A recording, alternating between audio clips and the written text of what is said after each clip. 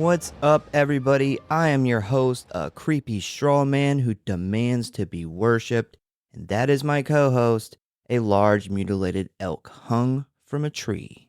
And welcome to the Grindhouse Syndicate, where today, Jordan finally checks this movie off of his podcast bucket list. Yeah, I've been trying to cover this fucking movie for so long. For the longest time. Yes, I don't know how many weeks we've had where I've mentioned this, and Many. and Netflix caused a blockade issue. Yeah. Really Can't buy it. Yeah, difficult to track it down. You can buy it, but you gotta have a region-free, like Blu-ray player or 4K player, something like that. All my Blu-ray players are America, yeah. But yeah, you can't really find a US version to buy, which is kind of mind-blowing because this is a really good movie and you would think that they would release it. But I guess Netflix has no interest in you owning it.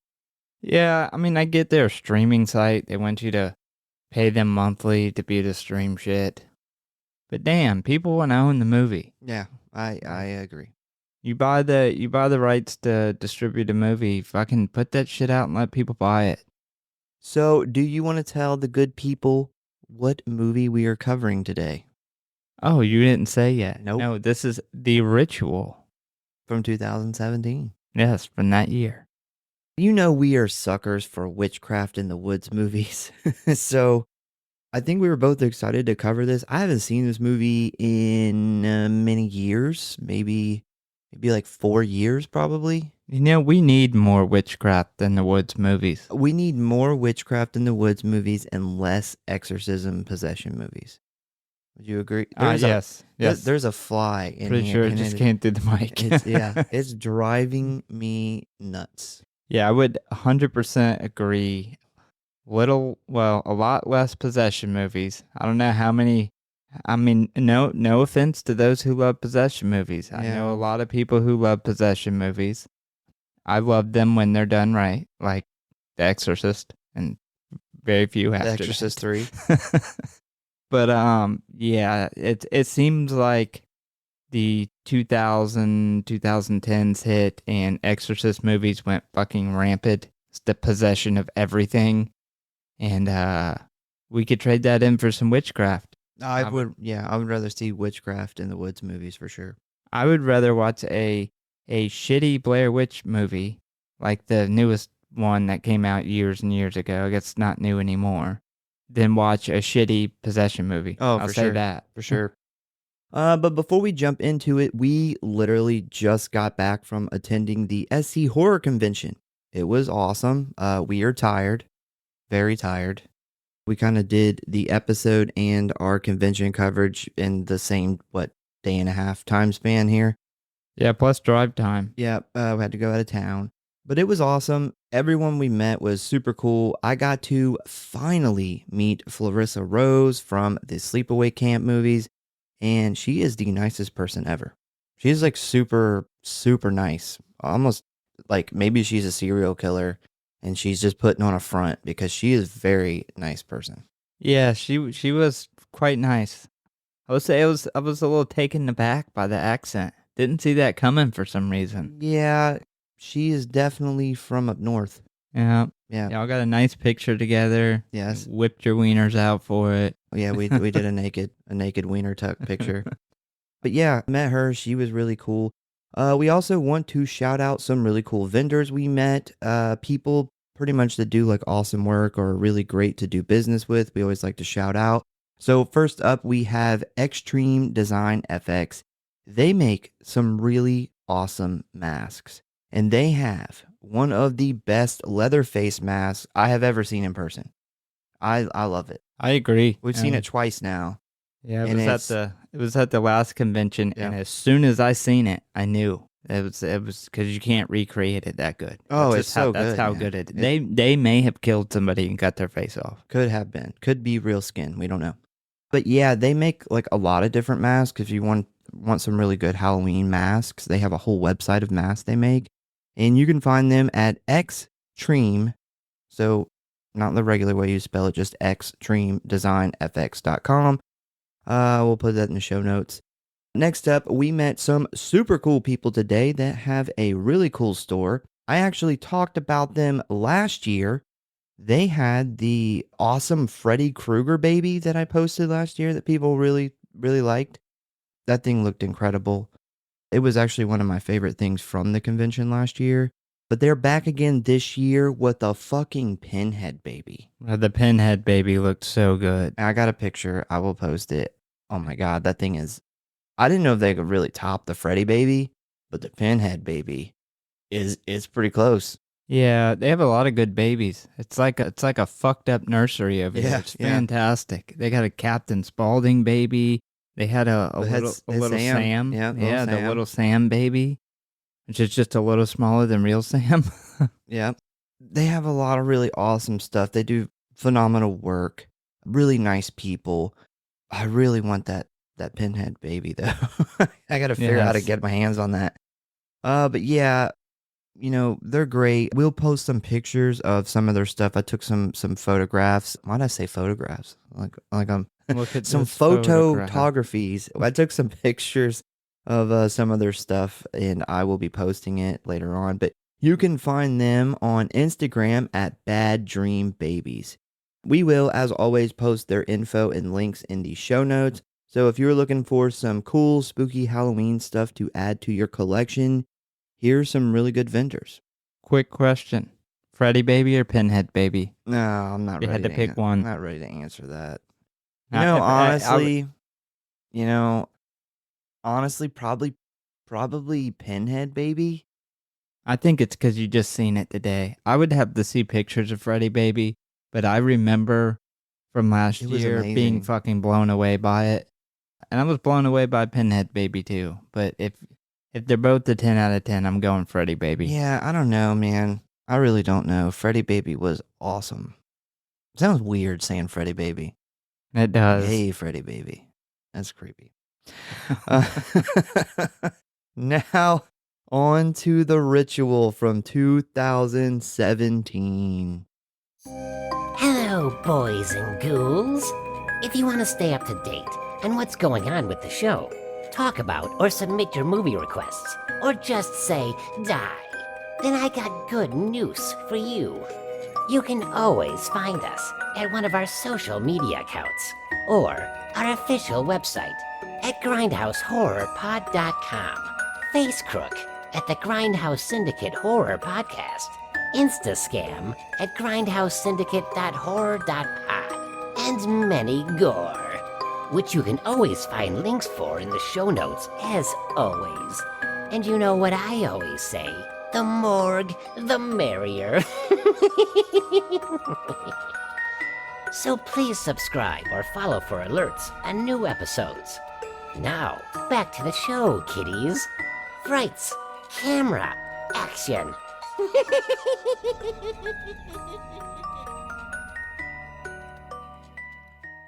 And if you really love us and don't want us to disappear into a dark, scary forest where we are killed and placed in a tree, give us a 5-star review. Or comment. For you YouTube listeners. Oh, yeah. Give reviews, just give us a comment. Give us a good comment. Give us a thumbs up. It helps the algorithm. The little thumbs up on the bottom of the video. We'll be like all the other YouTube. Smash the like. Don't smash the like and hit the notifications and all the other good shit. Yeah, all that stuff that they say. So The Ritual is a 2017 British supernatural folk horror film. I love folk horror films. I don't know. That's just like a genre that grabs me. But it was directed by David Bruckner and written by Joe Barton. It was based on the 2011 novel of the same name by Adam Neville. The film stars Raph Spall. I'm going to fuck all these names up. Arshur Ali, Robert James Collier, and Sam Trogton. God, I was on the IMDb earlier, and I was like, "There's no fucking way these names are gonna go good." Nope. If you tune into this show to hear people's names said correctly, you are sadly mistaken. No, but yeah, this is worse than regular names. Like these are actual. I think actual people good with names would have a hard time pronouncing some of these names. Yeah, some of them aren't bad, but some of them are difficult. But yeah, so it is about four friends on a hiking trip through a Swedish forest where they encounter an ancient evil presence. It was produced by Jonathan Cavendish and Richard Holmes and distributed by E1 and Netflix. It premiered September of 2017 at the Toronto International Film Festival, where its international distribution rights were sold to Netflix for 4.75 million ball hairs. The film the film was theatrically released in the United Kingdom by E1 Films on October 13th of 2017 and grossed over 1 million during its run. It was later released to Netflix on 9th of February of 2018. I don't exactly have a for sure budget for the film, but I did find one website claiming that the film was made for around $1 million. So, well, they got paid $4 million just for Netflix. It had a box office too of 1.6 million. You know, $4 million, 4.7 million is not that much for this movie. I remember when this came out, Netflix pushed it hard. Like, it was in their top watch for a long time. Yeah, it was. I pushed off watching it for a couple months. Probably. Is it because they pushed it so hard? Like, if they want me to watch it, I'm not doing it. Well, you know, I'm gonna. The preview they had for it is not as good as the movie. It was weak. I don't remember the preview. It was a little weak. It was not nearly as dark and twisted as this fucking movie gets. Yeah, I could see that. Netflix, you know, they normally do okay on their previews, but sometimes they do very generic kind of previews. That's a bummer. Yeah, I think it was real short. The only thing I really remember from it is them, like, when they're hiking through, like, the open areas before they get to the forest, and it shows them having some conversations back and forth, but it doesn't really show any of the, like, dark, cool shit that the movie gets into. So when I did finally watch this, I was very pleasantly surprised. I was stoked. Do you remember which one of us watched it first? Because I'm pretty sure this is a movie where one of us watched it and went and told the other one, hey, you gotta watch this. I don't remember. I don't either. So the film was shot on location at the Carpathian Mountains of Romania. Yeah, this movie is mostly shot in Romania. Uses a lot of Romanian actors in it. You know, it takes place in Sweden, but I don't think they use any Swedish actors in this. I think most of them were either British or Romanian that was in this movie. Not a whole lot of production info. All right, so ratings. Rotten Tomatoes gave this a 74%. Not bad. IMDb gave it a 6.3 out of 10. Letterboxd gave it a 3.2 out of 5. And the Google average audience rating is a 3.8 out of 5. You know, that's kind of pretty low. I think the Google average audience rating is a little fair. 3.8. Yeah. I think 3.8 is a little low. Just gonna put that out there. Not to give any insight on what my ratings are gonna be. It's higher than a 3.8 then. All right, so if you would like to watch this movie, you can currently find it streaming only on Netflix. All right, so let's talk about the plot of The Ritual. So we start out with 5 friends drinking some beers in a pub, and we see that they are all discussing like a guys only trip out of the country. So these are our main characters of the story, and their names are Luke, Dom, Hutch, Phil, and Rob. So we see everybody kind of calling out some places to visit, like Amsterdam and Tuscany and Belgium. But Luke shoots this all down, basically saying that these places are all lame.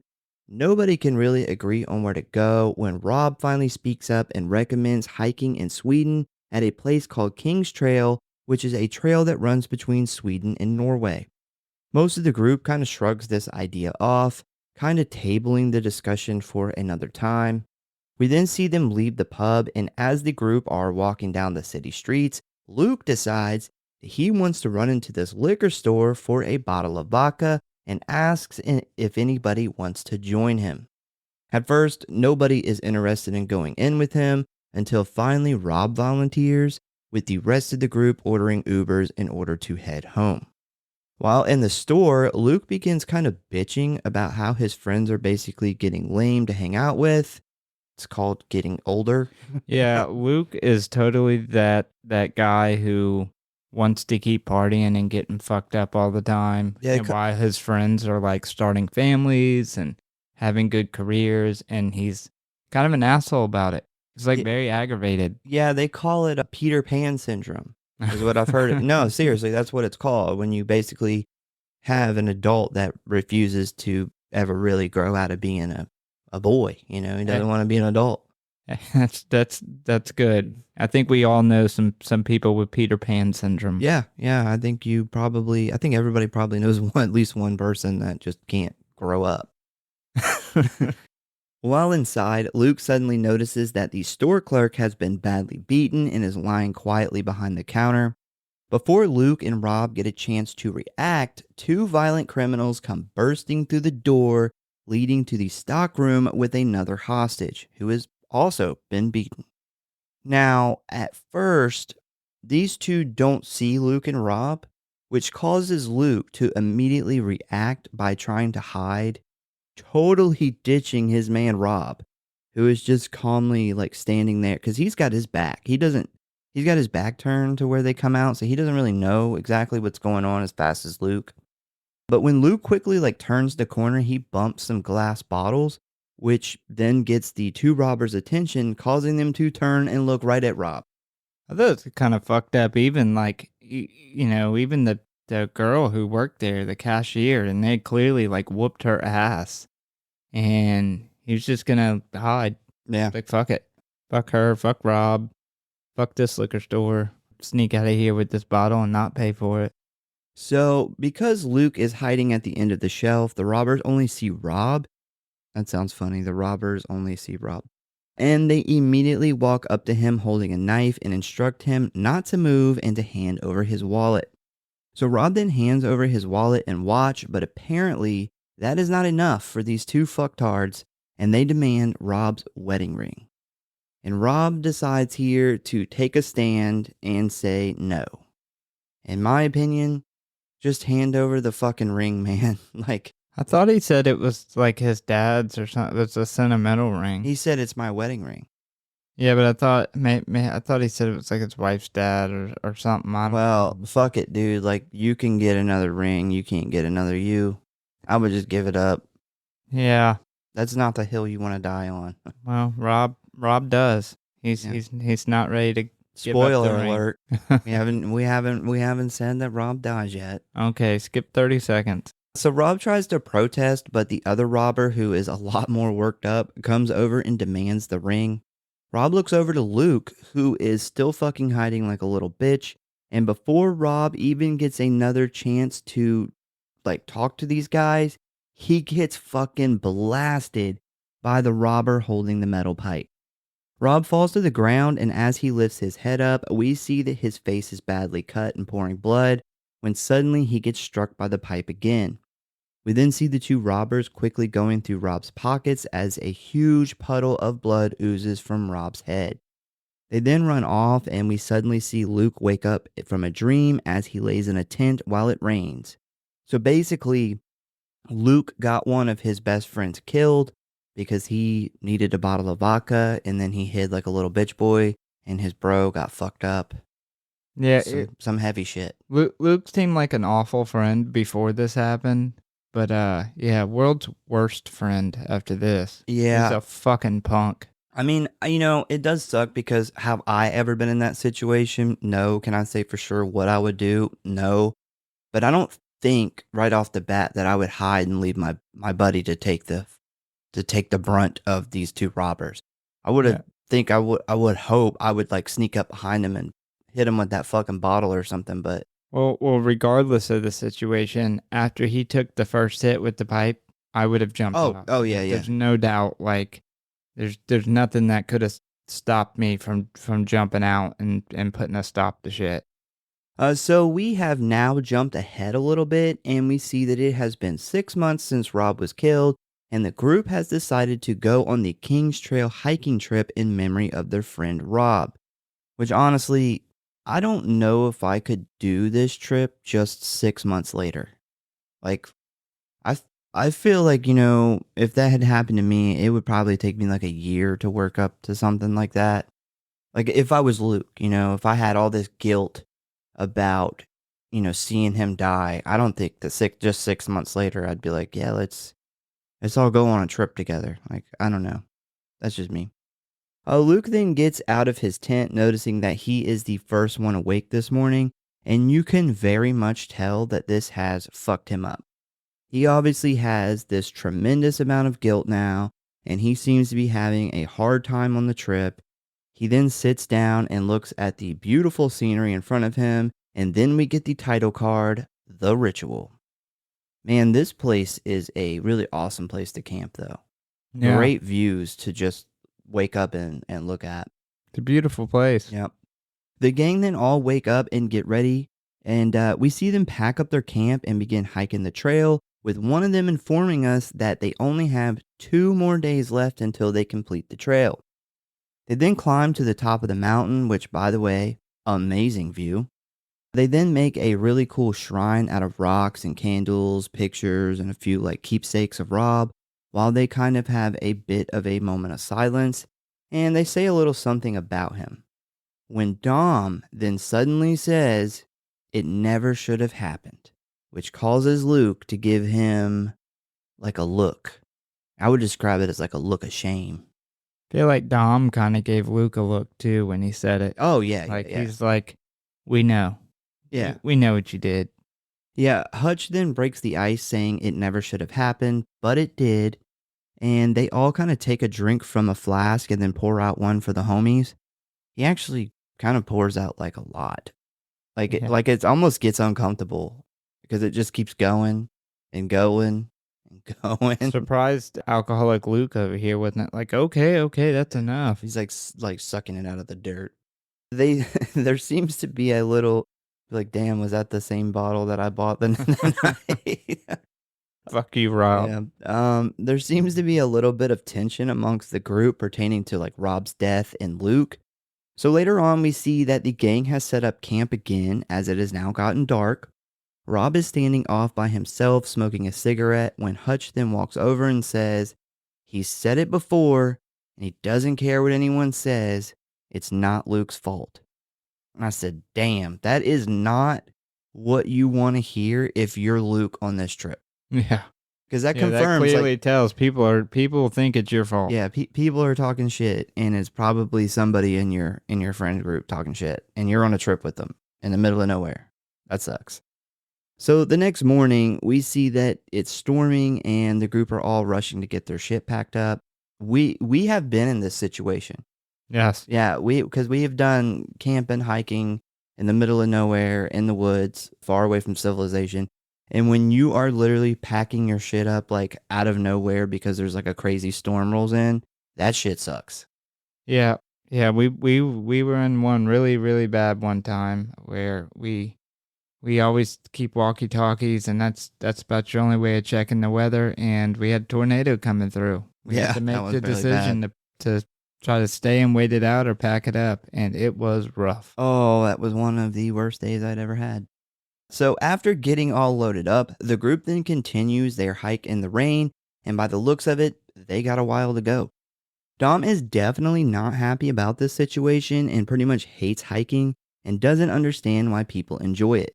Basically saying that this hiking trip can lick his gooch, or as the English say it, lick his bridge, I guess. Yeah. According to him.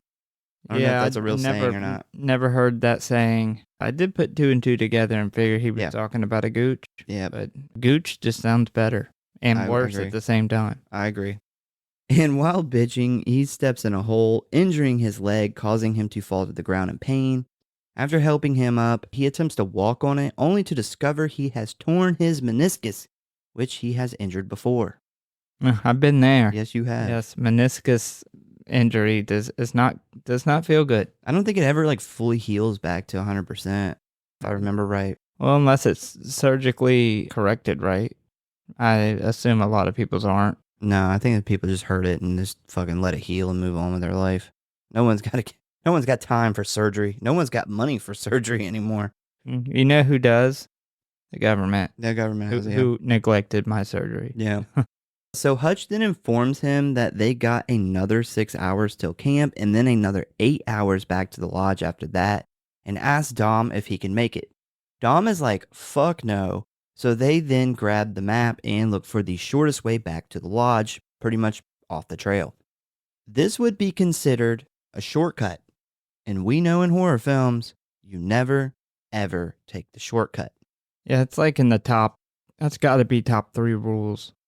Yeah. You don't take a shortcut. Also, don't go 2 miles to piss. Don't fuck. Don't drink. Don't do drugs. And definitely don't be a dog. You will die. Or a teenager. Yep. I do have a question, though. So at this point, we're about 15, 16 minutes into this movie. Has Phil said a single goddamn word the whole entire movie? I don't know. I was still trying to figure out everybody's names at this point. So Well, I'm it sitting was there. rough. I'm I don't sitting know there. why. They have the most basic fucking names like Luke, Phil, Thank God. Hutch. I don't have to have an issue pronouncing the shit. But yeah, I'm sitting here writing the movie, and of course I got to write what everyone says. And this is the point I realized, I'm like, I don't think the guy who plays Phil has said a damn thing the whole movie. He forgot his lines. He had probably the easiest audition. He's like, just be in the background. Yeah, Don't say anything. Just fit in. Yeah, pretty much. So Hutch and Luke then step away from the group and discuss the situation, where they are both basically saying that Dom is a little whiny bitch and it's probably not that bad. I think everybody kind of has that friend. Hutch then, after looking at the map, tells Luke that they can get back to the lodge way faster if they go off trail and cut through the forest. Yeah, this guy has clearly never hiked through the forest and mountains. Yeah. Because this shit gets thick. I Yep. mean, when you're talking about off-trail hiking, you may cut, half of your distance, but you're going to quadruple your time. Yeah, I actually had like a note a little bit actually coming up where this is like a really good example of people that know absolutely nothing about camping and hiking, and then they get in trouble, and this causes them to make a bad decision like this. Because, we've done a lot of camping and hiking and stuff, and that one, hiking cleared out trails is much different than hiking in thick forest. And two, it's so much worse to try to make like a trail through thick woods, and especially like if you're hurt. Like that is literally, it will slow you down times 5 than if you just took the long way on the easy trail. Like Yeah, I mean, there's spots in woods that get thick, especially if there's any water around, where you're like, I've literally been hacking with a machete for 30 minutes just trying to clear a small path for us to go over some water. Oh yeah, and all the shit you get stuck on, and it takes you or you realize you can't go this way and you have to go around. It becomes a nightmare. Like just stick to the trail. Yeah, and then they're carrying bags too, so that Yep. makes it way worse. Yeah, this was the worst shortcut idea. Yep. So Luke doesn't really like this idea and proposes him and Hutch just leave Dom and Phil and go get help. Dom overhears this and says fuck that, he can walk good enough for them all to go together. So off into the deep dark forest they go.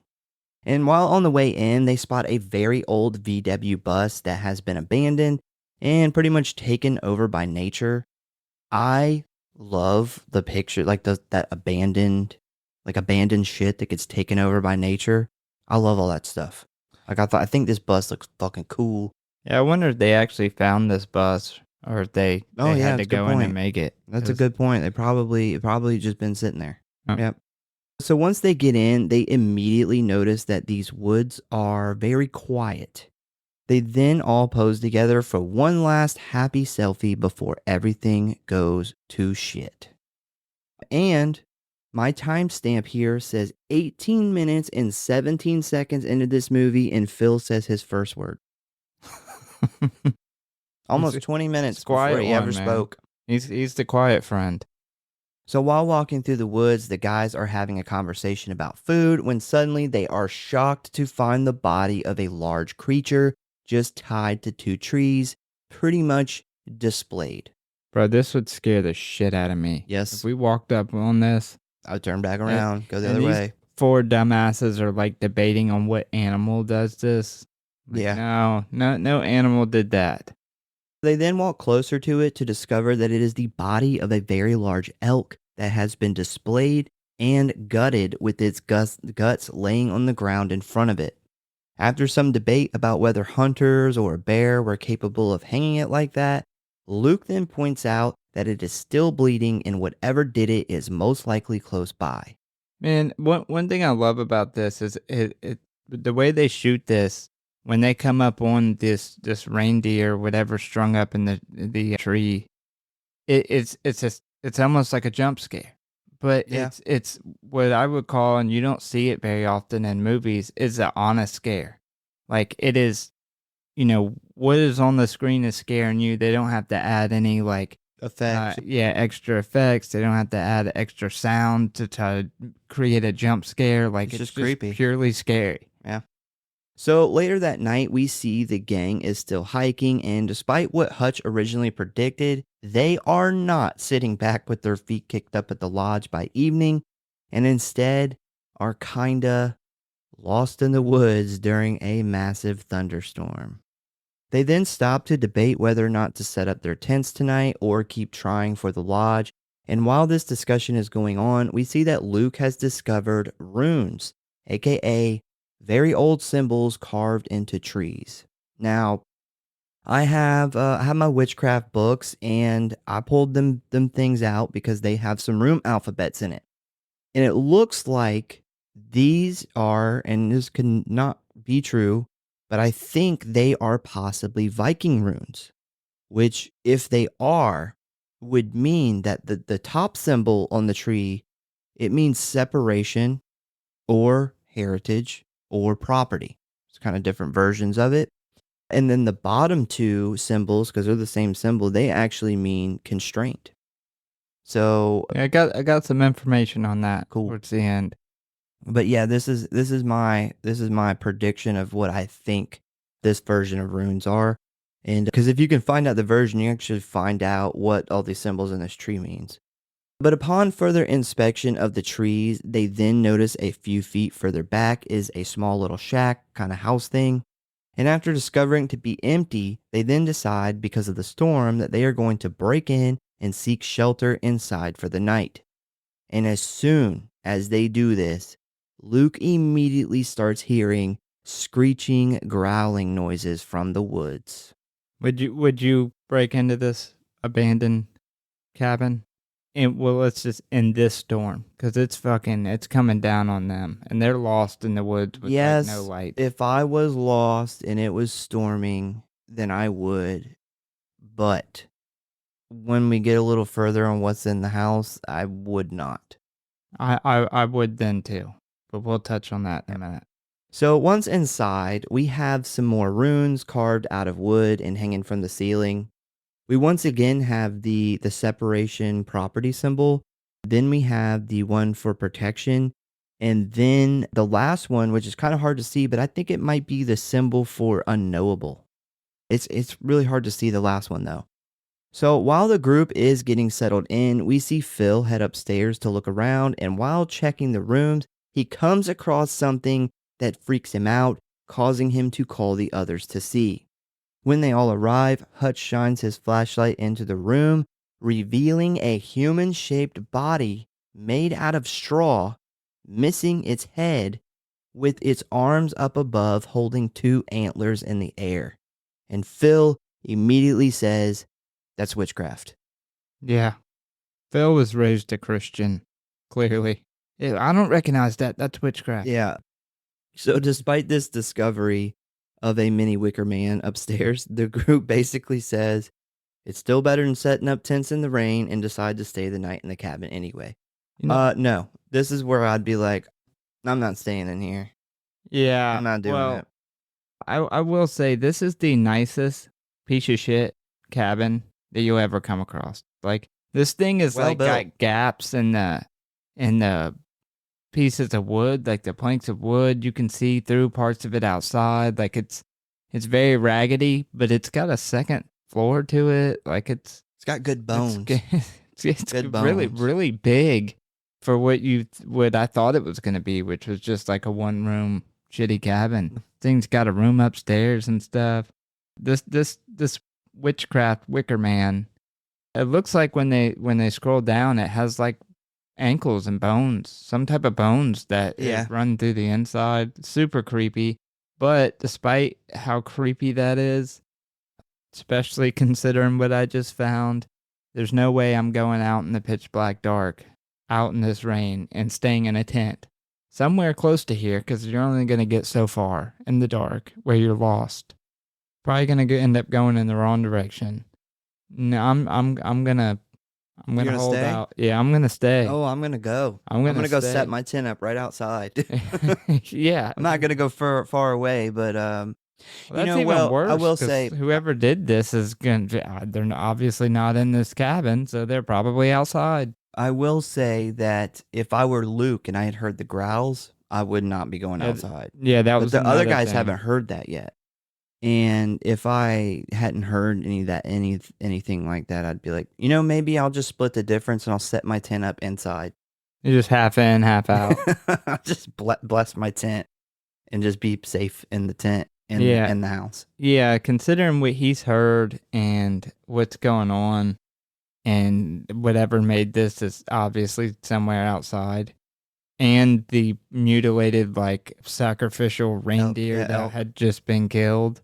Yeah, I'm not going outside. I'm going to sit in this corner with a hunting knife or whatever. These guys don't have a gun. You put the wicker man outside. Just sit him outside. Put him outside. It's freaking me out. So later on, while warming up by the fire, Phil and Dom decide that they want to burn the cabin down in the morning, which is an extremely stupid idea and a total dick move on their part. What's attract all the attention of anybody in the area? Well, especially the guy who sacrificed that elk over there. I mean, that's obviously somebody's house and you're going to burn it down because you don't like a religious symbol in their house. Like, we're just going to burn it down. It's like, or you can just leave it the fuck alone and move on. Yeah, I don't know why you would want to burn it. Especially like you're trapped in this forest. You don't know where you're at. You're going to piss somebody off who knows where they're at. Yeah. And, I know it's raining and all, but the last thing you want to do is start a forest fire in a forest that you're lost in. You're stuck in. But Luke then suggests that they should just leave out of the way they came in and resist the urge to continue deeper into the forest. And the group says, fuck that, the shortcut it is. So once everyone goes to bed for the night, Luke then has a very vivid dream where he wakes up inside the cabin, only to discover that he is now back in the store where the crime happened. He picks up the bottle of vodka again, but this time it has a drop of blood floating inside. He is then transported back into the woods where he sees something large moving through the trees. He then begins to hear screaming coming from inside the cabin, and when he rushes through the door, he finds Hutch screaming from a nightmare. He wakes him up, but when Hutch stands up, still very much frightened from the dream, he finds that he has pissed all over himself. Luke then looks over and sees that Dom is also sitting in the corner screaming, having also just woke up from a nightmare about his wife. Luke then notices that Phil is missing and runs upstairs to look for him, and when he opens the door to the bedroom, he finds a naked and dirty Phil kneeling to the straw man sculpture, pretty much like praying to it. Still not saying any lines. He's just kind of whispering to himself. Yeah. Yeah, Phil got the shit into the stick here. Yep. Yeah, that sucks. I don't know what I would do. My mind would be fucking blown if all four of the people that I was there with had some crazy shit happen. There's no fucking way possible that I would go further into this forest. No, I would be just like Luke and be like, let's just take the same path we took in here, right back out. We'll fucking leave Dom's broken ass, leave him and Phil, because Phil's up his ass. Leave them on the trail and we'll fucking go get help, because this is not the way to go. Yeah, when Dom starts walking back down more into the shortcut direction, I would have been like, well, Peace. he's dead. Yep. Fuck him. That sucks, but he's at this point in the movie, Dom's starting to really get on my fucking nerves too. He's that whiny person of the group that's literally driving you fucking nuts. Well, he's not into the trip, so he's making the trip miserable for everybody. I think everybody's probably experienced that, no matter if you're camping, fucking Disney World, a movie, whatever. There's always, situations where you got a group of people and there's one person that's kind of being a pain in the ass and making it not as good of a trip, and that's Dom. Hey, I would be like, Dom, bro, we're literally in this situation because you managed to fuck up walking on a flat surface. Like, you suck. Because you were paying attention to bitching and not walking. Yeah. That's what it was. All you had to do was fucking walk right. That's it. And now you want to hobble your ass through this no trail having forest, like as if that's not going to be fucking worse. The wrong friend died. I never realized how easy it was to cut yourself in half with a machete until today. Oh, man. Cut your meniscus in half. He should have yelled that. The wrong friend died. Did you hear the news? So Luke wakes Phil up, who is very confused. And then we get an awesome, ominous shot of the sculpture with the light of the day shining from a window behind it. It's pretty awesome way to kind of kick things off here, because we really start getting into the movie at this point. And this movie does a fucking phenomenal job at being like super creepy with the setting. The setting mixed with because the woods, and I guess they're filming this in Romania. Yeah. The forest that they're in and the lighting that they're using for this. I just want to shout that out, man. That the setting and the cinematography go together so well. It gives that like creepy witchcraft fucking feel. Good. I think they did kind of a similar job with how Robert Eggers did with the woods and the witch. The woods are not just the place they're at. The woods are like a character. They're like, part of the bad guy. And to pull that off, you have to make the woods creepy, but not so creepy that they're unrealistic. But I think it's hard to do, but some people are able to pull it off, and they pulled it off in this movie. Yeah, the witch though, with the woods, they're really dark. They're back in the, I think, 1600s. They have no. They didn't have lights in their woods really back then. it's like pitch black, and they shoot that movie with a lot of realism. Whereas this movie, they use a lot of lightning, and I would imagine the moon, but the way they use the lighting in contrast to certain scenes, like they showed these random scenes, like when they were in the cabin and he's looking out into the woods, and the way they do the lighting, like you're literally just looking for something. You're like, What am I missing in the picture? So after the group packs all of their shit and goes to leave, they step outside only to be immediately freaked out by the sight of all of the trees having these symbols carved into them.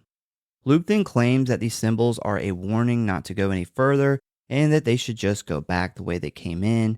But Hutch once again shuts that shit down, and as this is going on, Dom discovers a cleared out path leading deeper into the woods. This is the way that he wants to take, despite Hutch telling him it is slightly off of the direction they need to go. But Dom's not hearing it because I guess he's sick of hiking through the woods and just wants to take a path. So Dom just takes off, believing that a path must mean civilization, and wants to get there as fast as possible. And of course, Phil's got Dom's nuts in his mouth because without hesitation, he takes off behind Dom. Apparently, these two are bros. I would be like, Dom, man, how in the fuck are you going to lead? Like, you can't even walk hardly. You got us in this situation. Why are we going to listen to you? Yeah. And also, he knows probably the least about hiking and camping and stuff. Yeah. He don't do nothing but bitch about it. He's got that attitude, too, where it's like... I watched a YouTube video. I know what I'm doing. Yeah. I would be like, dude, fuck you. You go that way, and I'm going to go this way, and if this is a horror movie, you're going to die first. Yep. So now it looks like the dumbest member of the group is now leading them all to certain doom. So while walking down the path, Phil tries to bring up the nightmares they all had, and this is where we see that the tension in the group is at an all-time high. It seems like nobody is getting along, everyone is irritated with each other, and the gang is beginning to get separated. What about Hutch is literally going to like shut Phil down and be like, I'm a little embarrassed about pissing my pants. Like, bro, Phil woke up naked praying to a fucking wicker man. Like, how are you gonna complain to him? And Dom I would was be crying. like, bro, I wish I pissed my pants last night. Yeah, pissing my pants is the least of my worry. I was naked praying to a straw man. Yeah, he got the worst of it. Like Dom waking up crying, but his knee looked all fucked up. Luke, it ends up outside. Like that would be the most horrifying thing, to wake up outside of this creepy ass place. It's like when you were blackout drunk and you wake up the next day and you're like in a place you shouldn't be. Yeah, like what did I do? Like you woke up in the middle of the woods, Oh, in the yeah. middle of this, and then naked praying. Like, why'd you take your clothes off to pray? That would probably be the most embarrassing part. You trying to fuck that witchcraft over there? You gonna fuck that chicken? I'm just saying now, if you was gonna fuck a chicken, You cut the head off, much like if you gonna fuck that wicker man, you gotta cut that head off and you stick it in the head, stick it in the neck. Wicker Man just goes. I do want to point out that we're now seeing the group separate. Okay, hold on, I'll let you recover from your chicken noise. No, I thought you were gonna say we were point out that we were referencing the Devil's Rejects. Oh no, if you don't, It's like hopefully they get it. yeah. But yeah, I want to point out that we're seeing the group separate. They're all kind of coming apart. And remember, I had looked one of those rooms up earlier, and one of them was separate. So I think I might be on the right path. Also, I do want to point out this is really similar to when they get lost in the Blair Witch Project. We see a lot of the same kind of things happen in this movie as we did that movie. And this happens, man, under stressful situations. Yes, it does. You know, we personally were lost in the woods at one point, and although me and you didn't have any tension, there was tension on who was going to lead and who was going to get us out of there. We actually had to say, okay, let's figure out who is going to be in charge of navigation, because obviously we can't all be in charge of navigation. And who the fuck navigated us back to safety? Not the other guy. Not the other guy. But yes, very stressful situation. Yeah. Like that can be and even in that situation, you know, we knew the area pretty well. I mean, pretty decent. You know, if you would have listened to the other person in that group, we would have went the complete wrong way. Yeah. Like, and then, you know, God knows how lost you'll get. So this is a big deal. Well, when you're in those situations, time becomes your biggest obstacle, because you only have so many resources on you, you know, so much food, so much water, so much energy, so much light. Daylight, yeah. And, you know, when you start looking at a situation, determining who's going to be in charge of taking you where becomes the most important thing, because you pick the wrong person that picks the wrong direction, you literally have squandered all of your resources. And then, you know, for you to get back on track, you may not have any resources left. It may be a hard time. Yeah, and when you're deep out in areas, all it can take is a couple hours going the wrong way, and you're never going to get back on track. Yeah. So after going down the trail for a while, Dom demands the group take a break, claiming that his knee is killing him. Hutch and Luke then tell him that he needs to push through the pain and basically stop being a little bitch if he wants to get out of the woods before nightfall. He is a stubborn asshole and of course tells them to fuck off. I do not know why they are like friends with this guy. Yeah, he's a douche. He is a douche. So while Dom is resting, Luke decides to hike up to the ridge real quick to see if he can see any end to the woods coming up. Once he reaches the top, he becomes very frustrated and disappointed because he basically just sees tree after tree and pretty much no end in sight. He then kind of just stands there for a moment thinking on what to do next, when all of a sudden he spots something a little ways in the distance.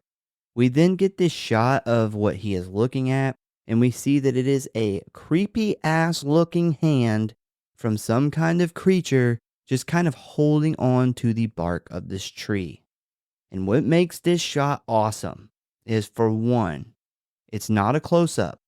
So you really just get this real general kind of view of a bunch of trees.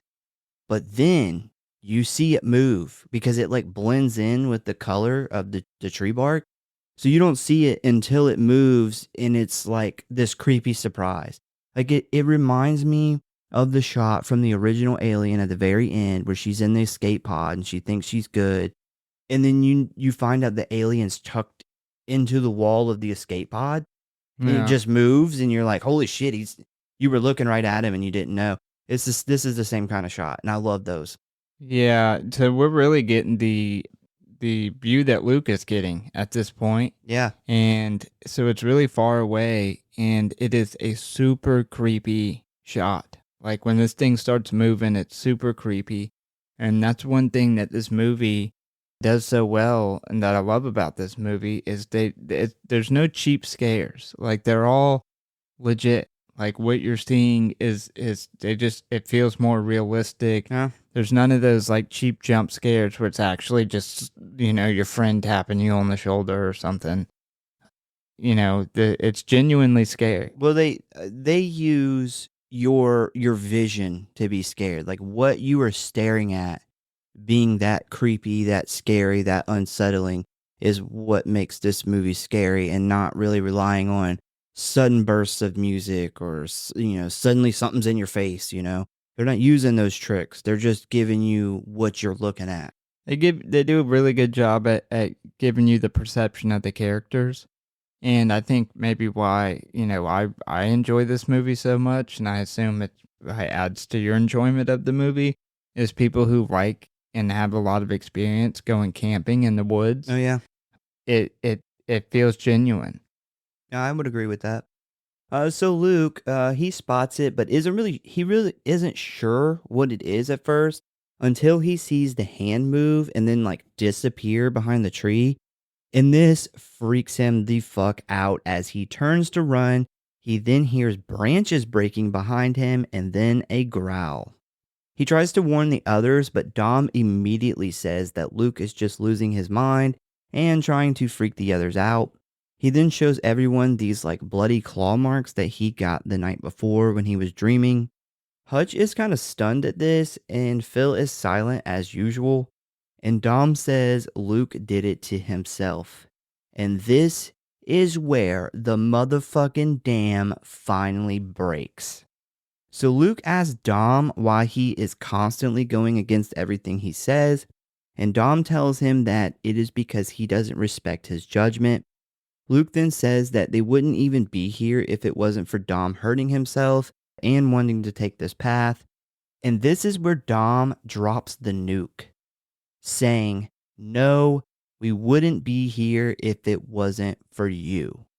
And if you aren't reading between the lines, he means, if you wouldn't have gotten Rob killed, we would have never came on this fucking trip. Hutch tries to shut Dom up, but Luke isn't having it and shoves Dom backwards. Dom then says, "You can fight your friends, but you can't fight for your friends." Damn. That's salt in the Cold. wound. Luke then tells him that their friendship is over when Dom then calls Luke a fucking coward. If I were Hutch, not Luke, but if I were Hutch, and I'm standing by watching this, I would tell Dom, "Bro, you got a first class ticket to get your ass beat, and you only got one leg. Yeah. Like, this is all about to be on you. Like, I'm not gonna fucking help you." Yeah, I wouldn't step in and help somebody after saying this, you Yeah. know. You watching the beginning of the movie, you're like, God, Luke fucking sucks. You can't stand him. But even for that, and you can see the guilt that it has on Luke throughout, even up to this point in the movie. He's completely changed. He's a different person at this point. Yeah, and to say that to somebody is, that's shitty, man. I don't blame Luke. I would have fucked him up. Yep, I don't blame him either. And Luke has finally had enough and drops Dom's bitch ass with one punch to the face. Hutch tries again to calm things down, but Luke then grabs his bag and takes off down the path with the rest of the group following behind. Later on, further down the trail, the gang comes across an old tent with someone's possessions. Hutch finds a wallet and sees that the date on the bank card is from 1984. So this dude has been lost back here for a very long time. Needless to say, this does not really help the morale of the group. And another thing that, we've dealt with before is, when you're in these situations in the middle of nowhere, morale becomes a very important factor Yes, it does. in your situation. And it only takes a small something to fuck it up. Yeah, and I don't blame them for being really creeped out. That card's old as fuck, but they make a really good point. Who left their tent with all their clothes, their wallet, their shoes? What happened to this guy? Yeah. To where he left all this stuff? And the only thing I could think at that point, realistically in real life, I would think, unless this guy committed suicide somewhere. Other than that, considering what they've seen and gone through, I would be fucking like, my morale would be 6 feet under. Yeah, it's not good. I mean, it's still not too late for them to turn around and go back. I mean, at this point, I'd be like, dude, we've got to go the other way. There's after the cabin incident, there's nothing that could have, I don't care. I would have had to have been 3-1. I may have followed to avoid being left on my own out there. But if I could have just got one other person on my side, I'd have been like, we're going back. So day has now turned to night once again. The guys set up their tents for the night, and this is where we see that Dom's leg actually looks pretty bad, and Phil's feet are a little fucked up from his boots. One thing I think everyone learns from hiking or ruck marching, whatever you do, boots are the most important thing, because once your feet go, you're done. Like, you're finished. I don't care how much fight you got in you, that's a pain that never gets better. Every step is worse. Well, I mean, shit, you look at back in the Revolutionary War and even Civil War, a lot of people died from infections on their feet from hiking. Shoes could literally make or break a battle for armies, whether they had good shoes, decent shoes or not. But we then see Hutch walk over to Luke and tell him that first thing in the morning, he is going to give him the compass and the map and have him go by himself to find the lodge and bring back help while he stays with Dom and Luke. Oh, not Dom and Phil. Yeah, awful plan. Everybody knows if you got 4 people, you only split 2 and 2. Yeah. You don't send somebody else. You're already lost, and you're going to send one of the guys off by himself. He's really salty about Rob. He don't want to say it, but he's like, yeah. So Luke agrees with this plan, and they all go to bed for the night. They all go. Jeez, I told you we're tired. Later that night, Luke hears something enter into the camp, then a deep growl close by. He gets out to investigate when suddenly he sees the image of Rob's murder take place again in the woods. But this doesn't last for too long because a large creature comes walking behind the camp, catching Luke's attention. He then peeks out of his tent again, and suddenly one of the tents is just ripped from the ground up into the air, where Luke then wakes up in a panic, realizing it was just a dream. But just seconds after he sits up, we hear Phil's blood-curdling scream coming from outside. So he finds Phil on his knees in the middle of the camp screaming, saying they took Hutch. Luke then looks over to Hutch's tent, only to find it full of Hutch's things, but no Hutch. Phil then tells him that he doesn't know what happened and that all he's seen was shadows take him. Luke then wakes Dom up, but soon after, the 3 men hear the cracking of trees in the distance, followed by Hutch's screams. And they hear the most creepiest deep growl with this high-pitched screech. I know I've said this a few times before on this show.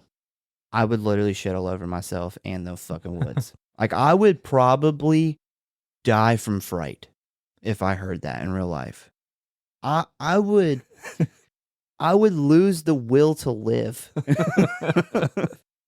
Like, I would hear that and be like, that thing's gonna tear me apart. Like, just die right now. Just have a heart attack, please. Come on, like, heart, just give out any minute. Yeah, when he hears this in the tent, like right when all this shit's first starting up, I'm like, oh my God, man. That would be fucking horrifying. And for all this shit to go on and hear that, like, I mean, I don't know what you do in that situation. You just freeze up? You just start screaming back at it? I mean, Fuck it. like, We're gonna have to go rogue. you know, we've heard weird shit in the woods. Nothing like this. No, we had a mountain lion come up on our camp, get really close one time, but this is a different story. I'd be like, that's not an animal. No, I mean, and it's scary just to hear kind of creepy shit that we've heard because we're in the middle of nowhere. There's no way to get help. But good God, man, if something like, if I heard this, I would, you know, it'd be diarrhea all over the place. I wouldn't be able to hold it in. I would be so fucking freaked out and scared. Luke could make a deal. He could just yell out, like, you could have Phil and Dom right now. Take them both. Just let me go. I'll go back the way I came. I won't tell anybody. Yeah, it's funny because, you know, Luke runs off wanting to help Hutch. Like, he takes off. Yeah. That's what we're about to get to. But I think it's very funny that Dom is the one who is scared and doesn't want to go out there.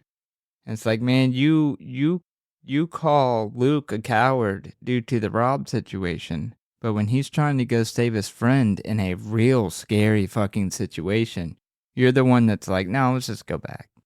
Yeah. So they all three take off running, trying to catch up to Hutch. But Dom then mentions that they might get too far from their camp and get lost, and they should head back and figure out a plan, to which Luke agrees. We then cut to dawn, and we see that, unfortunately, they did get lost. So they end up just like sitting there in the middle of the woods, I guess, waiting for the sun to come up. Which is, I guess, you know, smart move instead of getting like more and more lost.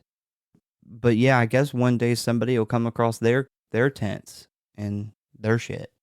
Yeah, Because now like, they don't have any other shit now. You know, 4 people didn't come out here and commit suicide. Yeah. But once again, the sun comes up. The group then starts looking again, and it doesn't take long to find Hutch.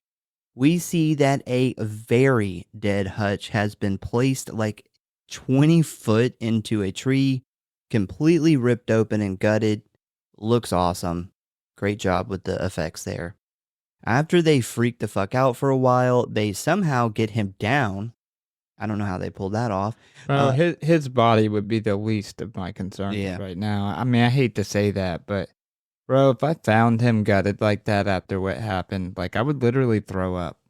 And that's what makes this movie so scary is there's in the character situations, there's nothing that could go right. Like everything has went so wrong. Putting yourself in their shoes, it's like what could you do at this point? Yeah. But yeah, they I don't know, they somehow get him down, and Luke pulls the compass from Hutch's dead body. The group then begin to argue about what to do with him, and you can tell everyone but Luke has really begun to unravel at this point. Also, I just want to point out that Luke has now become kind of the leader of the group. The other two, despite their shit talking about Luke before, are pretty much scared to death and really just want someone to get them through this alive. Yeah, and fuck you, Dom. They have turned to Luke. My, how the turntables have turned. Michael Scott quote. So Luke grabs the compass and the group begins hiking in the direction that Hutch told them to go. Dom is straight up losing it at this point. They end up stopping for water at a stream and notice some very fresh boot prints in the mud, which causes Dom to be like, "Oh, I told you, it's just people. It's just people fucking with us." Yeah, I would be like, bro, shut the fuck up. Yeah. Well, he actually does do that at this point in the movie. He's like, dude, just shut the fuck up. Just shut up. Tired of hearing it. Like, I don't get how you could not believe Luke at this point in the movie. Because he references what he saw before, and he's still like, you know, Dom tries to blow it off. Like, bro, something just kidnapped our friend and fucking sacrificed it up in a tree. Yeah. How are you still trying to live in reality right now? So Luke then says, fuck that. They're just going to continue to follow the compass. So as they are heading up the mountain, we get this cool shot of them from it's like somewhat of a distance when all of a sudden we see this big ass creature move through the trees, like on the other side of the group. And they have no fucking idea that this thing is like there. And it looks fucking massive. Yeah. This is another one of those shots where, the initial shot, you can't tell it's there, and then it moves, and then you see it's there. And I love that they use these shots in this movie. Yeah, I feel like if it wouldn't have moved, it would be one of those shots that most people miss. Oh, yeah. So they end up climbing up this big-ass ridge, and when it kind of flattens out a bit, they stop for a rest. Dom and Phil look like they are dying, and Luke, who smokes like half a pack of cigarettes a day, is still rolling strong. He sees that they are just like 30 feet away from the top, and he runs over to take a look, leaving Phil and Dom to rest. He then reaches the crest, and he can finally see the end of the woods. He yells that they are close. I was like, what the fuck are you talking about? Yeah, that was what I put down. Anybody who's ever been in the mountains knows that's still like 2 or 3 days of hiking. Yeah. Like, that's not, you're still, I don't know, you still got to go over like 3 or 4 mountains. I was like, man, hopefully, I was hoping you seen something I didn't see, because I was like, bro, you're not even close to close. No, if I seen this, I would have the opposite reaction. I'd be like, oh, fuck, man, we're not Yeah. even close. We still Yeah. got, at least we know that there's an opening. That's good, but we're not even close. We still got, how are we going to survive days of this shit? Yeah, I was confused about that. So he heads back to tell the others, but when he returns, he only sees Phil holding his flashlight looking around the woods, because somehow it's like instantly nighttime when he goes back the 30 feet where he left Phil and them. It's just dark. Yeah, they do a really cool thing that you don't even really pick up on, but so there was obviously a time jump. Like, he lost time. You're Yeah. You're in the perspective of Luke, and you're following him, and he gets back, and he's clearly been gone for a while from the other two. Yeah, that's I didn't even think about it being kind of a time jump. I just thought, is the woods, it's just nighttime, but everywhere else it's still daytime? Like, do they have shorter light in these woods because they're haunted magic woods? I don't know. Yeah, But yeah, the time jump thing sounds better. yeah, it's weird how Dom and Philip just barely separated from Luke. They clearly perceive time differently. Like, somehow Luke in that 2-minute period lost to hours. Yeah, good point.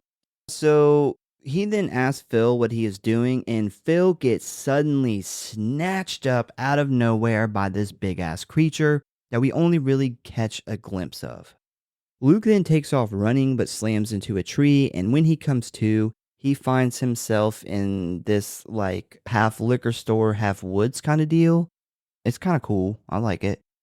But whatever this thing is, it's kind of like playing tricks on his mind.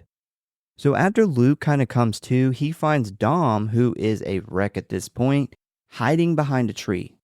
He tells Dom that he thinks he found a way out, and that this is where Dom literally asks him if he could piggyback him out. Like, fuck no, dude. Are you fucking serious? He's You not gotta- a small guy either. No. And it's like, okay, we have this creature that's killing us, and you want me to literally carry you on my back? Like, we would never get away. We would never fucking get away. We may not get away just on, us with our good legs running. Like, and you fucking, with your shitty ass leg, you definitely ain't gonna. Dude, this is like that saying. You don't have to outrun a bear. You just have to outrun everyone else. Yeah. That's this situation. Yeah. Yeah, Dom would be bait at this point. Yep. I'd be like, Be pushing You- him over. the way out is that way. Can point him to the opposite direction. Yeah, it's funny here that as you see as this movie progresses, the incident with Rob has changed Luke so much where he now will do anything to save one of his friends. Even Dom, who is clearly the most least, the one in the group that he gets along with the least. Yeah. And he tells him, like, I won't leave you behind. And it's Dom who's the opposite. Like, he's scared to death. Like, when he's actually confronted with a real life or death situation, it makes you think Dom would have reacted probably the same way with Rob. Yeah, I agree. So they both take off running, with this thing obviously chasing after them. And after a few minutes of running, they end up coming across Phil's dead body, which has now been placed high up in a tree. So they end up running into this cabin, but once they get inside, they begin to look around and start to notice that the people who live here obviously worship whatever this creature is, and before Luke can get up, he gets kicked in the head by someone and knocked unconscious. He then wakes up later where he finds himself and Dom being held captured by these like old village people, and this old lady witch comes in and like examines the two men, and she finds the bloody markings on Luke's chest and then pulls her shirt down to show that she also has the same markings.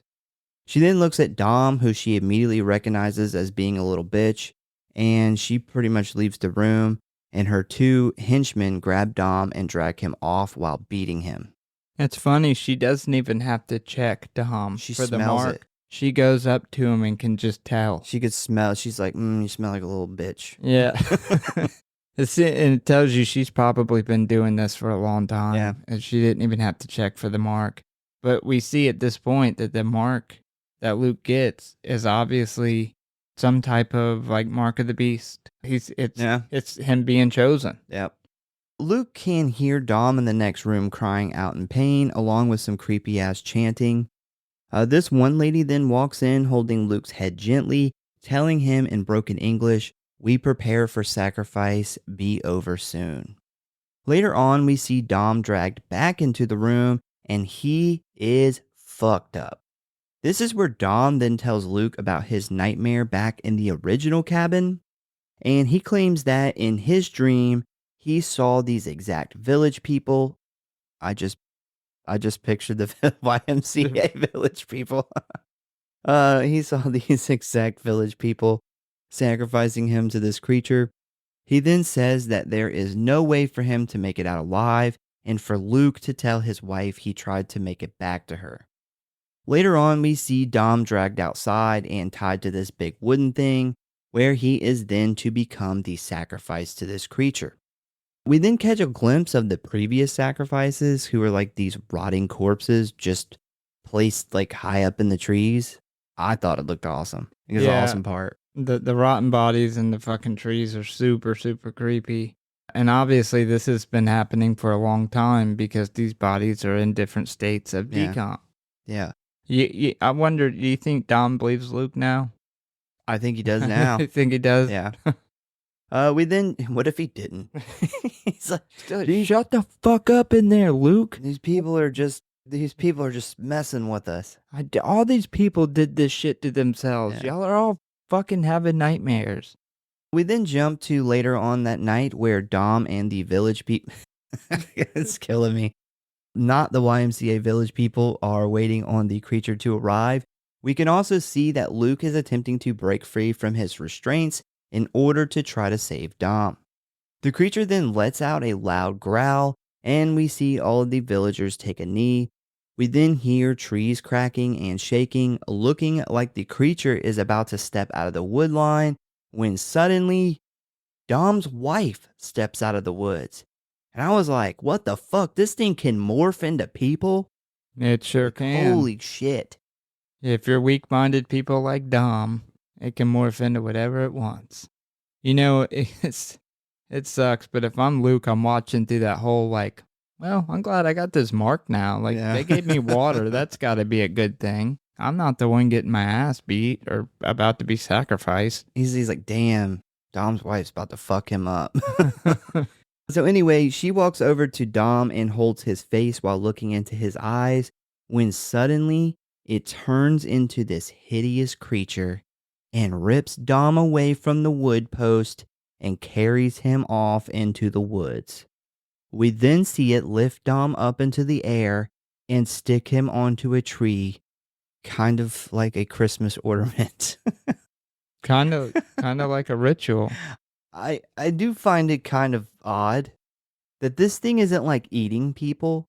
It's just like it gets joy out of decorating the forest with dead bodies. Well, I have a theory on that, but we'll get to that there at the end. But this thing is fucking massive. This thing's like a 20-foot moose demon. Yeah. Well, I mean, like, It's like a moose man demon. I just think it's funny because it's like dead bodies are like this thing's live, laugh, love stuff. it's just ornaments. It's like, hey, village people, I need another body because I feel like there's something missing in this corner of the woods over here. Like we need a rotten corpse in a tree. Maybe he sees himself as an artist. It's art. Yeah. I mean, it's just weird because you would think he'd be eating them or something, but this thing's just decorating its forest. What That's do you what think it does. eats? Do you think it's vegetarian? I don't think it has to eat. We find out what it is later on, and we're like, you probably don't have to eat. I don't know. Man, well, yeah, I could see your argument there. So after Dom is gone, the younger lady walks back in to bring Luke water. He then asks about taking Dom's body down, but she informs him that they never move the bodies. He would get mad if you undecorate his decorations. His kebab. I just Yeah. love how he like sticks them. He like kebabs all these people, Well, it's like, but never on the same kebab. I mean, it's like when you hang the ornament up on your Christmas tree and you're like, that's the perfect spot for that. That's exactly what this guy does. You think he eyeballs branches like in the days before Yeah, the sacrifice? I and do. It's like that one right there. I think this is his life, is like walking around and being like, I need a little something there. I need a little something there. Because it's not always people. Like he does like animals too. He's like, let me rip this animal open, spread him out between two trees. This will look cool. I think the animal was to fuck with them. Yeah, it could be. Oh yeah, so she asks about taking the body down, but she's like, yeah, we don't do that shit. He then asks what it is, and she says it is a god and the bastard son of Loki. She then tells him that as long as they do the sacrifices, it lets them live here way longer than a natural life, free of pain and free of death. She then tells him that his ceremony will begin later. Honestly, man, this might be a pretty good deal for Luke. Because remember, he's like eat up with the pain and the guilt, and now all his friends are dead. Well, that's why this demon god only marks people filled with pain. And I think that's why the old lady could smell it on douchebag McGee, Dom, that she knew immediately he wasn't marked. And it's, I think, because this demon knows that you have a greater chance at bowing and worshiping him to relieve yourself of that pain. Yeah. And that's why this demon keeps showing him this scene that he's fucked up over with Rob dying. He keeps showing it to him like 4 or 5 different times throughout the woods. I mean, honestly, man, if I were Luke, man, I may consider just rolling with this. Yeah, I mean, what else are you going to do? I'd be like, hey, you know what? The moment they came in and seen my mark and gave me water and beat Dom's ass, I'd be like, you know what? I'm glad I got this mark because these people are still alive. At least I'm going to live. It's like, it's like when Jesse got with the Andy's toys. Accepted her. Just like that. Yeah, man, like he really doesn't have a lot to go back to. All his friends are dead. Obviously, we could see before it seemed like he was single. He was not really happy with his life. His friends were moving on with their lives and he wasn't. He was still just partying. It's like this chick with broken English. It can kind of be cute. Well, we can work with her. Yeah. In here, he gets to live forever. Doesn't have to worry about feeling like shit. Feels great all the time. He's still got to, if he doesn't do this and he gets free, he's still got to go to the police and tell them what the fuck happened. Yeah. Yeah, I mean, I would roll with it if I was him. I think I would too. I'd definitely roll with it, at least until I gathered a plan. The problem is, what we're about to find out is you do live forever, but your body does not. Yeah, that's a good point. I always ask, like, well, I would stay. Could we get internet here? Could we scoop up a Starlink? know? Do we got Wi-Fi? Yeah, I'll stay if I can get internet. So a little bit later, we see Luke escape, and this next part is wild. So Luke walks into this room where he hears this weird chanting and growling noises. And when he opens the door, we see this like church of mummified dead bodies. This is my favorite scene in the movie. Yep, agreed. Coolest set of the movie by far. It's so awesome. It's so fucking creepy. He then walks to the front of, I guess it'd be like the pews, and we start to see some of the bodies like move and talk. And you know, we pretty much know now that these are the people that like the OGs, you know, like the originals, and they've literally aged. Their bodies are literally falling apart. Like they're mummies at this point, like zombies. Maybe the originals. I mean, the Yeah, I mean, it's originals true. could be just piles of bones by this point. But yeah, this is when we learn, like, holy shit, this has been going on for a long time. So when they promise eternal life, so they do live forever, but their bodies still break down and fall apart. So these people are now stuck forever in a room, like a little They can't church move, room, yeah. rotting, like just rotting corpses that can't move. That sucks. That does. That is That's a raw deal. like worse than jail. Yeah. At least jail you can walk around. But yeah, so because I think my captions when they started making noise, I think it called them the elders or something. I think it was elders. Yeah, Yeah. that makes sense. I know when they started talking and shit, though, I was like, that's fucking scary yeah, and yeah. awesome. Yeah. But yeah, he goes up to the front of the pews, and we start to see them kind of move and talk. Like you could tell they're trying to talk. And Luke says, "Fuck this," and straight up uses a torch to set them on fire. You think they were trying to tell him to get the fuck out of the way? I We're think they were- worshiping here. Oh, Move. I think they were like, kill us. Just kill me. I don't Just know, please. man. I feel like Luke did the worst thing he could have possibly done. He literally sets them on fire. Like that's gotta piss a demon god off. Oh, He just yeah. lit its oldest worshippers on fire. You know, this is probably he's not going to be in the favoritism of this creature. Yeah, it's fair to say Luke does not fear shit anymore. No. I guess he uses this, though, as like a distraction, causing all of the villagers to run to the building that is now on fire. But while sneaking out, he is caught by the old woman witch lady from earlier. So what does he do? He lays her the fuck out with one punch. He punched that fucking bitch right in her old ass bitch face. Yes, he did. And she does have some resting bitch old witch face. Yes, she does. And he Mike Tyson'd her ass. He did. Luke then finds a room full of old guns. You probably shouldn't keep the room of guns next to the room with prisoners. I was thinking that, like, damn, they're just right there. They're like, well, we got a demon god on our side, so, I mean, Doesn't help that one guy.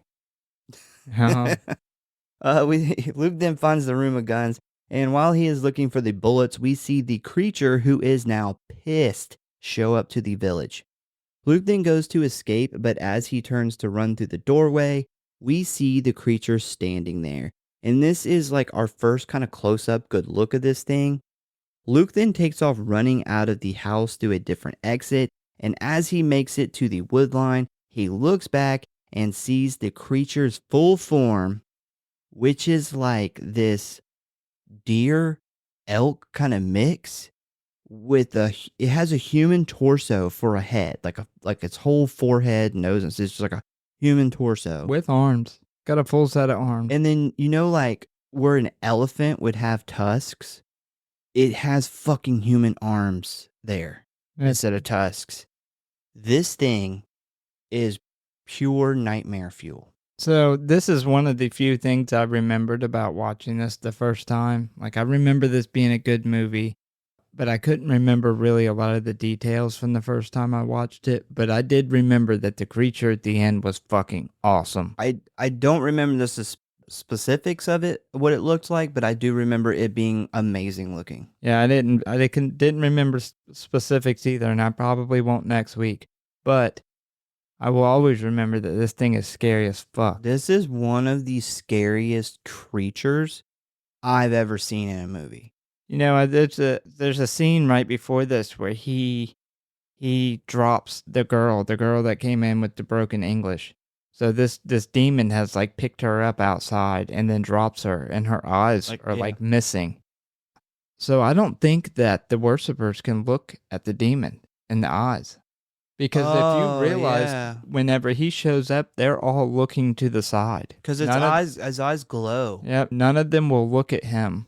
And I think that's a little detail that's not caught very much. But yeah. I didn't catch it. When they look at him in the eyes, their fucking eyes burn out of their skull. I think that you are correct.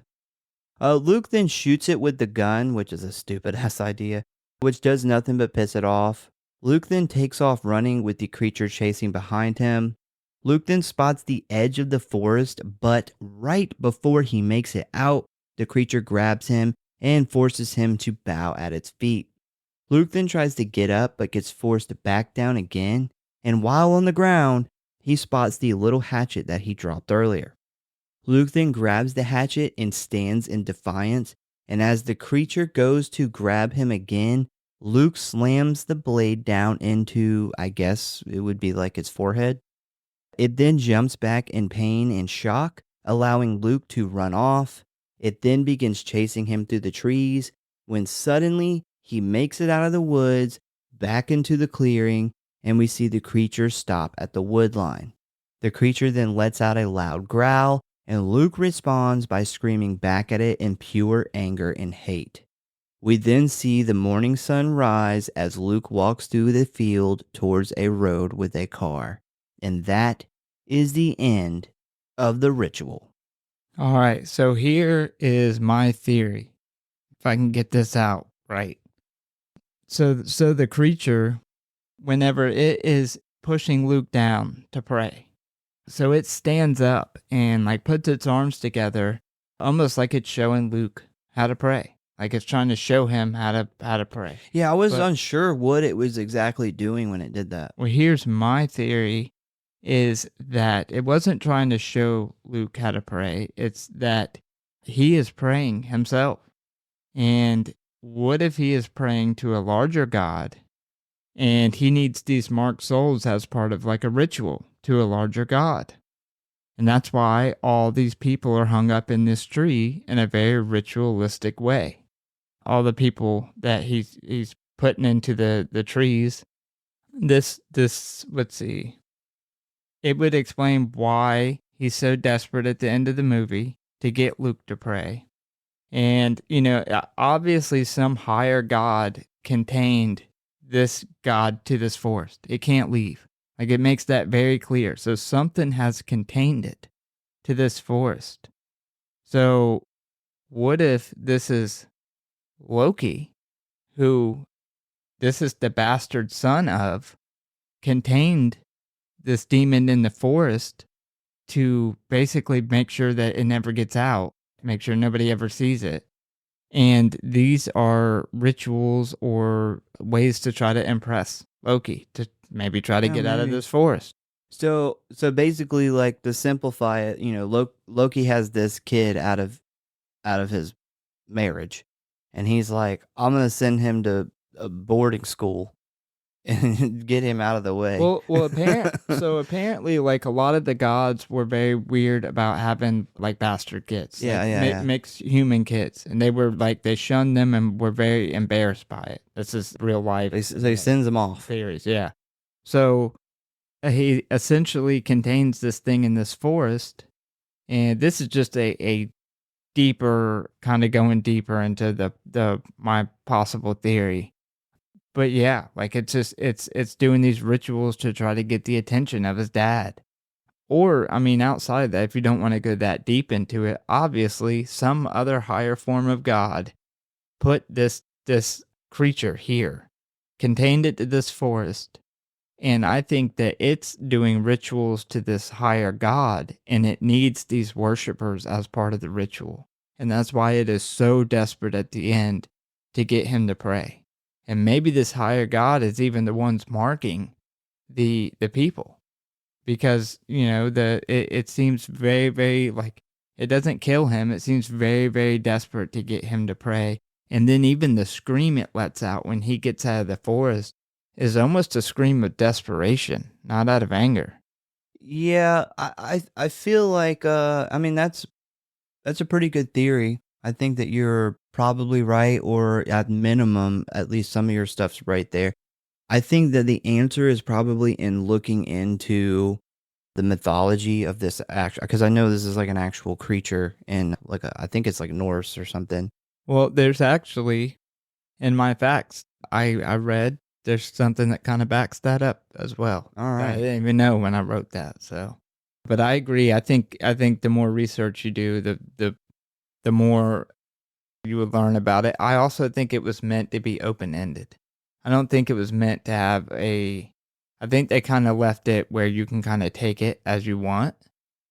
As far as the people who made the movie, it's kind of the ending as far as the praying and him getting out. It's kind of left very open ended. They don't put a direct answer to that. Yeah, good point. All right, so Jordan's doing the facts this week, and what do you got? I had to announce my facts. All right, so the original tagline that was used when advertising the film was "They should have gone to Vegas." But due to the massacre in Vegas that took place on the 1st of October 2017, the tagline has now been changed. They should have gone to Ibiza. Yeah, I don't So- think that the movie really needs a tagline, honestly. I didn't even know the movie had a tagline. I didn't either. But I think but that They is should have interesting. gone to Vegas was a really dumb tagline for this movie. When you first said that, I was like, was it really? Yeah, for this movie, I think that's pretty awful. That's like a comedy.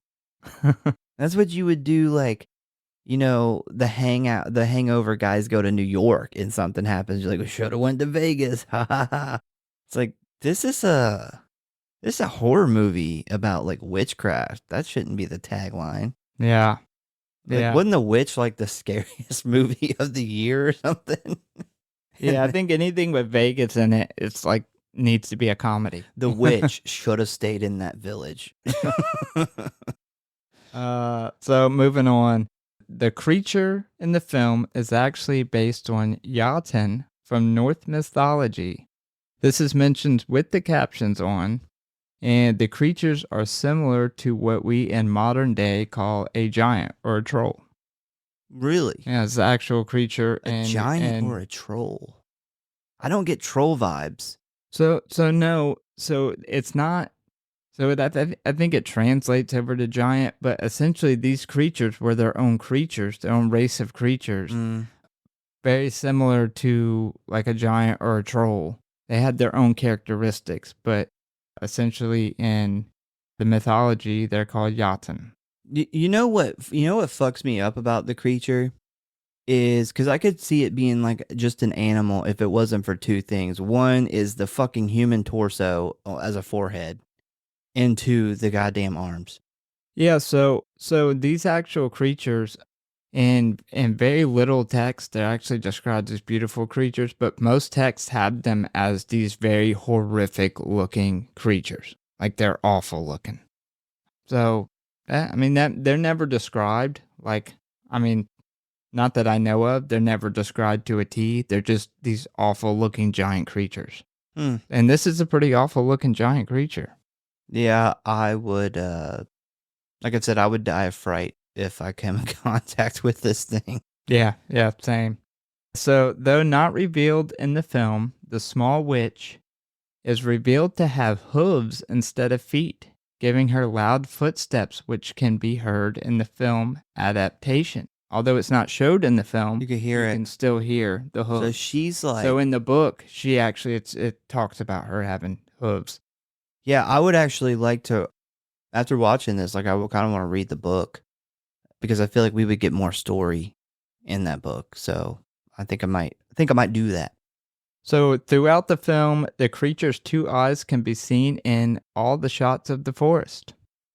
Damn. So essentially, I paused it at two of these and looked. So they're very, very well hidden. But they're supposedly in there. You can look them up. And they're in every shot of the forest. So you know those shots they show, the POV shots, when they're looking out into the forest? Yeah. Damn. Throughout the whole movie. Makes me want to watch it again. Early on in the scene, after the convenience store murderer. As the campers are waking up, Hutch, Phil, and Dom exit their tents in the order that they end up dying in the movie. That's cool. I would have never noticed that. The stone image a cultist is briefly seen praying before is a reproduction of the Kirby Stevens stone, which is believed to be a representation of Loki. So they show this briefly in the movie, and they're praying to this stone. Yeah, I remember So it. this is supposed to be a representation of Loki that they're praying to, aka the higher god. Higher in up, my yeah. theory that this smaller god, its son, is doing these rituals for. Yeah, that's cool. Because I had no idea what that thing was. I do remember it was like, had like looked like a man or something carved into a big stone. Yeah, that is it. That It is was right before he gets kicked in the yeah, head. that's the Kirby Stevens stone. I actually even looked it up to be sure that it was the same one. I was thinking of the same one you were. And yeah, that's widely believed to be the representation of Loki. And this one touches a little bit on what you were talking about. So the rune seen in the early part of the movie on the trees as well as in the final act is the Otala or Odal rune from the Elder Futhark language. It is the rune O in the ancient written language of the Vikings and is typically thought of as Odin's rune. It's thought to stand for either heritage or estate. Or property. Property. Yeah. Yeah. So I think you were right on there with what you looked up in your book. Nice. Yeah. Yeah, I feel validated. So ratings and kill count. All right. So ratings and kill count. We got a total kills of, there's more, but I only counted 7 here. They do count more, but I'm like, Yeah. Count those. They literally counted the fucking elk that they found at the beginning. That's not a person. I know. You count a fucking elk who didn't even die in the movie. Yeah. He's just already dead. And then they counted like a bunch of the villagers that died, and I'm like, well, we didn't really see them, and we don't know who's dead and who's not dead. So I counted the legit kills. To count the fly that they swat at in like an hour and 15 minutes. So we have Robert, or Rob, who is killed by the robbers with pipes. That's got to be a coincidence. Rob was killed by robbers. Hutch, who was killed by the creature. We have Phil, who was also killed by the creature. Dom, who was sacrificed by the villages to the creature. You have the unnamed villager man who got shot by Luke. The old lady witch who was knocked out by Luke and burned in the fire.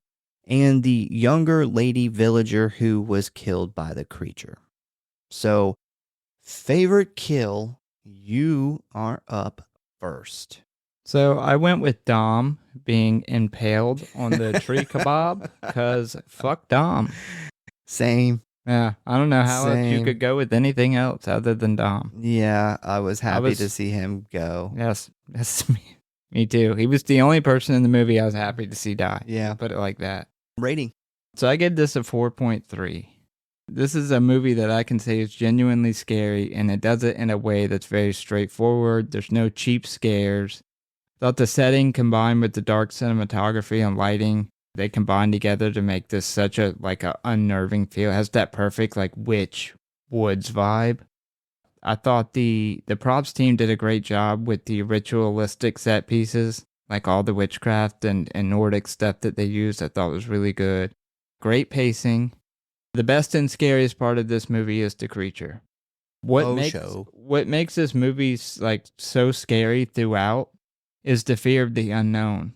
You know what this thing sounds like, you know what it's capable of slightly. You have an idea of how big it is, but your brain kind of fills in the rest of that, and you don't know what it is. So showing the creature at the end in full, I thought was a big risk. And, essentially it has to be scarier than what your brain fills that space with. And I thought they did that. I thought they absolutely delivered with that. And it was horrifying. It has to not look super CGI too. Yeah, that's another good thing. Yeah, big thing. I gave this movie a 4.2. Close. Yeah, I dig it, man. I could see it's not for everybody. These movies are right up, my alley, though. I am a sucker for a witchcraft movie. I think it's really well done. They do a really good job. Like I said, the scenes where it's in the scene and you don't know it until it moves is like, if you throw one of those in the movie, I'm like, yes. But we get multiple here, and I love that. That's one of my favorite things this movie does. It has amazing imagery. I mean, just the when you get the straw man, like that's something that's so simple but so creepy. Yeah, yeah, I agree that the imagery, the cinematography, and the whole setting alone it just fits this movie so good. Yeah, when I seen that, I was like, maybe I should build a straw man for our Halloween stuff in the front yard. As Like long as it doesn't have a head. it doesn't have a head with the antlers, like sitting in a wood chair. Yeah, that shit was cool. So, I mean, when you talk about that room with all the like zombie people, Oh God, I amazing. forgot to even mention that. Yeah, that stuff's yeah. amazing. And then on top of that, we have one of the most scariest creatures I've ever seen. And the fact that, he's just, he's not even like eating you. He's literally just like decorating his forest with you is even more creepy to me. It's just like, killing people for really fucking no reason. We don't really know what's exactly going on here. And I think that adds to the story kind of. I just realized that this movie is a creature feature. Yeah. And I'm not a big creature feature fan. Like, I think there's some good ones, there's some bad ones, but this movie doesn't feel like that at all. It feels like a witchcraft movie. Yeah. So they kind of combined witchcraft and like Nordic mythology with a creature feature, and they gave us this, and I think it came out great. Yeah, I thought the acting was really good too. Like for it being a more of a low budget movie, independent movie, the acting was phenomenal. The cinematography is phenomenal. The sets are phenomenal. Like really everybody did a fantastic job. And I think it's definitely worthy of at least a 4. The general I was talking about the general audience rating being a 3.8. My thought was that was fair because there's a lot of people that, aren't big slow burn movie fans. Well, this one you got to really think about too. Yeah. Like this is one that you can have multiple theories. Like I think the general consensus with this movie is, he's chosen and this god is like trying to force him to bow down. But there's also like underlying deeper things. Like they add the representation of Loki in there that they're praying to, and the fact that they can't look at their eyes like burn out of their head, like small stuff, time dilation, like there's stuff you won't catch unless you pay really close attention. And I think what you were saying, a lot of people don't. Well, a lot of people want to be spoon-fed the story. Yeah. There are some people that want to be spoon-fed the story, and then there are other people that like enjoy that looking for clues to piece together the story. And there's nothing wrong with that. No, Some people like their movies straightforward, and that's great. Whatever floats your boat. Yeah. But yeah, I think it was definitely worthy of a 4.2 from me. Once again, we thank you guys for listening. Please give us a follow or like if you enjoy the show. Check out the website, check out the socials. Tell a friend, a family member, or your local cultist villagers about the show. We hope to see you next time. Got any last words? No. I didn't either. Go check out some of the vendors that we talked about because they are awesome. They got a bunch of awesome shit. Yeah, Killer Baby Nursery. Oh yeah, for sure.